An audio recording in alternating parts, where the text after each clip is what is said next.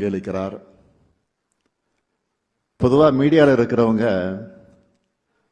அதுல news channel இருக்கிறவங்க எப்படிப்பட்ட பரபரப்பான சூழல் இருப்பாங்கன்னு நமக்கு தெரியும். பிரேக்கிங் நியூஸ் எடுக்கிற பரபரப்புலையும் தன்னுடைய எழுத்து பணிக்கு பிரேக் எடுக்காம இப்படிப்பட்ட நூல்களை படைக்கிறதுக்காகவே திருமாவேலன் அவர்களை நான் மனதார பாராட்டுகிறேன், வாழ்த்துகிறேன். இன்றைக்கு வெளியிட்டு இருக்கக்கூடிய இந்த நூல்களை பற்றி சொல்லணும்னா, முதல்ல தீரர்கள் கோட்டம் திமுக. இந்த புத்தகத்தை எழுதுனதுக்காக திராவிட முன்னேற்ற கழகத்துடைய முதன்மை தொண்டனா என்னுடைய நன்றியை நான் தெரிவிச்சுக்கிறேன். பேரை எங்க அண்ணா உருவாக்கி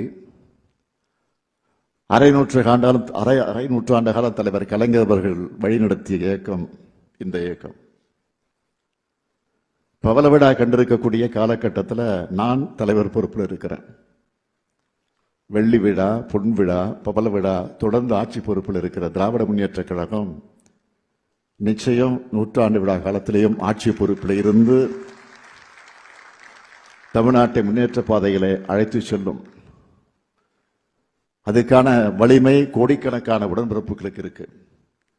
கடுமையான எதிர்ப்புகளை எல்லாம் வென்று நெருப்பாற்றில் இணைந்தி அண்ணாவுடைய தம்பிகளா, தலைவர் கலைஞருடைய உடன்பிறப்புகளா, கட்டுக்கோப்பா இருக்கிற இந்த இயக்கத்தை தீரர்கள் கூட்டம் சொல்லாம வேற என்ன சொல்றது?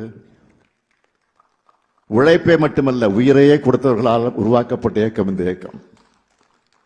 அந்த தியாக வரலாற்றை கண்ணீர் வர வைக்கக்கூடிய அளவுக்கு அந்த தியாகியுடைய வரலாற்றை இன்றைய இளைய தலைமுறையினர் நிச்சயம் அறிந்து கொள்ள வேண்டும். திமுகனா என்ன, திமுகனா என்னன்னு ஹிஸ்டரியை திரும்பி பார்த்தீங்கன்னா, போராட்டம் போராட்டம் போராட்டம், சிறை சிறை சிறை, தியாகம் தியாகம் தியாகம், இதுதான் திமுக. இந்திய திணிப்புக்கு எதிரான போர்க்களம், எல்லைமீட்பு போர்க்களம், எமர்ஜென்சி கொடுமைகள், எதேச்சாதிகார அடக்குமுறைகள்னு நம்மளோட மண் மொழி மானம் காக்க திமுக எதிர்கொண்ட வழிகள் ரொம்ப அதிகம், ரொம்ப பெருசு. அத்தனையும் கடந்து 6வது முறையா ஆட்சி பொறுப்புக்கு வந்திருக்கிறதுக்கு காரணம் தொண்டர்கள் தான். அரசியல்ல பலரும் சொகுசு எதிர்பார்த்து வருவாங்க. ஆனா திமுகவுக்கு அந்த சொகுசு கிடையாது. சில இயக்கங்களை பார்த்தீங்கன்னா சின்ன எஃப்ஐஆருக்கு கூட கட்சி விட்டு கட்சி தாவாங்க.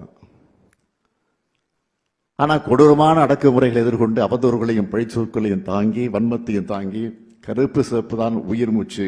அண்ணாவும் கலைஞரும்